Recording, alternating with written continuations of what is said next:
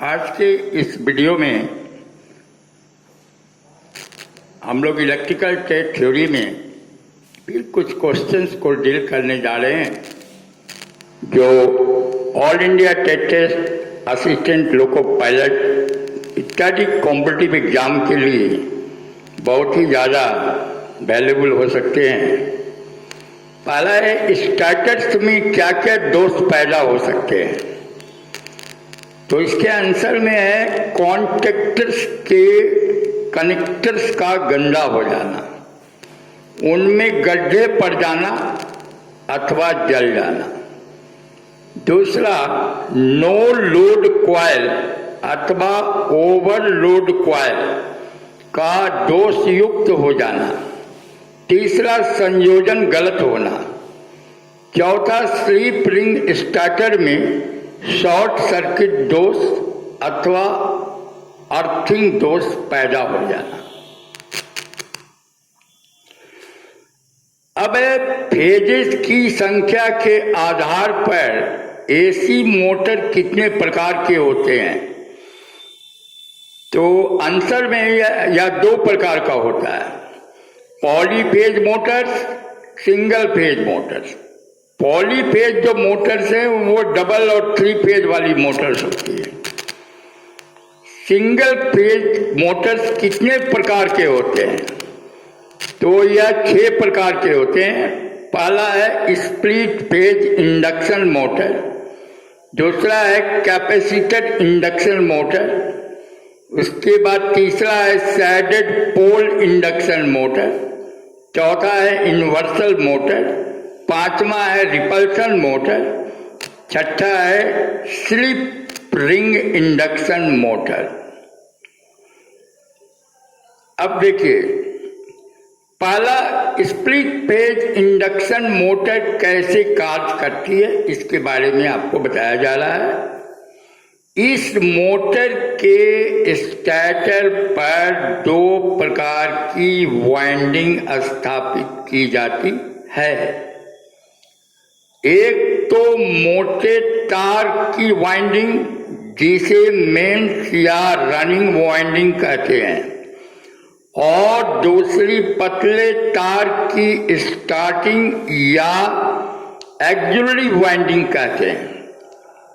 दोनों वाइंडिंग्स को पैरेलल में जोड़ा जाता है।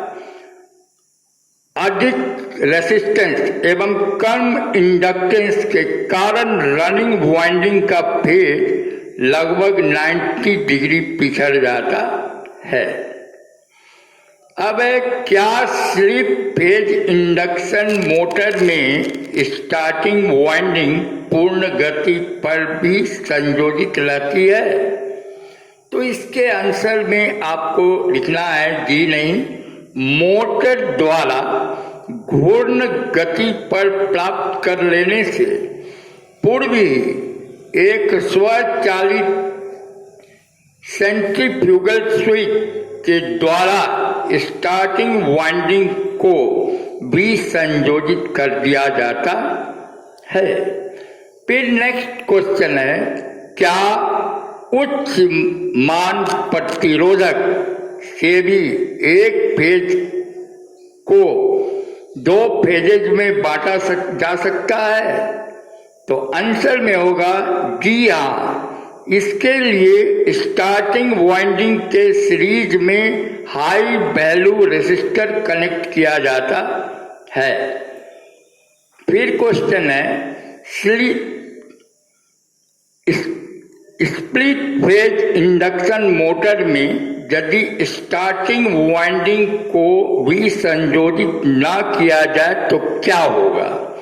तो आंसर है अधिक गर्म होकर स्टार्टिंग वाइंडिंग जल सकती है। उसके बाद है next question, split phase induction motor की घूर्णन दिशा कैसे परिवर्तित की जा सकती है? तो मोटर की स्टार्टिंग अथवा रनिंग वाइंडिंग के कनेक्शन की दिशा परिवर्तित करके मोटर की घूर्णन दिशा परिवर्तित की जा सकती है। स्प्लिट फेज इंडक्शन मोटर्स किन किन कार्यों के लिए प्रयोग की जाती है? तो इसके आंसर में है, ये मोटर सामान्यतः 1/2 हॉर्स पावर तक क्षमता में बनाई जाती है और इसका उपयोग छोटे pump, grinding machine, braking machine, पंखे, washing machine, wood working machine आदि में भी किया जाता है। अब ये क्वेश्चन है कि कैपेसिटर इंडक्शन मोटर्स की क्या विशेषता है? तो इसमें है कि इनमें स्टार्टिंग वाइंडिंग के सीरीज में एक कैपेसिटर कनेक्ट किए जाने के कारण इनका पावर फैक्टर एवं स्टार्टिंग टॉर्क हाई रहता है। कैपेसिटर मोटर्स कितने प्रकार के होते हैं? तो ये 3 प्रकार के होते हैं। पहला है कैपेसिटर स्टार्ट इंडक्शन मोटर, फिर है permanent capacitor induction motor, third है capacitor start capacitor run induction motor. अब हम लोग तीनों मोटर के बारे में जानेंगे। पहला है कैपेसिटर स्टार्ट इंडक्शन मोटर। इसमें स्टार्टिंग वाइंडिंग के सीरीज में एक कैपेसिटर तथा एक सेंट्रीफ्यूगल स्विच जुड़ा होता है। मोटर द्वारा पूर्ण गति प्राप्त कर लेने से पूर्व ही स्विच कैपेसिटर तथा स्टार्टिंग वाइंडिंग को विसंयोजित कर देता है। कैपेसिटर स्टार्ट इंडक्शन मोटर का स्टार्टिंग टॉर्क अधिक होता है और यह लोड पर स्टार्ट हो जाती है। यह ड्रिल मशीन तथा लेथ मशीन आदि से प्रयोग की जाती है। अब है परमानेंट कैपेसिटर इंडक्शन मोटर। इस मोटर की स्टार्टिंग वाइंडिंग के सीरीज में कैपेसिटर अस्थायी रूप से कनेक्टेड रहता है।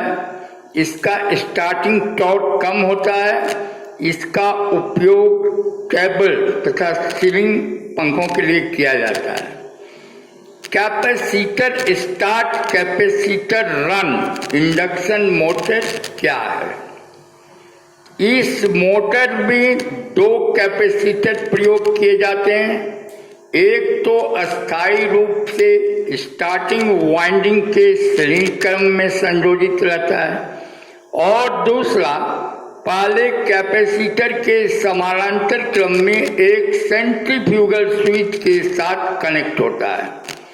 इस मोटर के स्टार्टिंग एवं रनिंग दोनों ही टॉर्क उच्च होते हैं।